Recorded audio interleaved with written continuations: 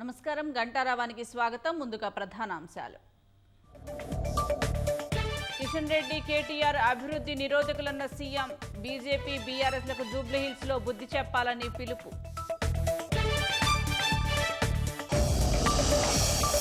Revanth CM కాకముందే అనేక ప్రాజెక్టులు తెచ్చారన్న కిషన్ రెడ్డి. 2 ఏళ్ల పాలన చూసి ఓట్లు అడగాలని కాంగ్రెస్ కు కేటీఆర్ సవాల్. బంద్ విరమించిన ప్రైవేటు కళాశాలల యాజమాన్యాలు. ఫీజు బకాయిల విడుదలపై డిప్యూటీ సీఎం భట్టి హామీతో నిర్ణయం.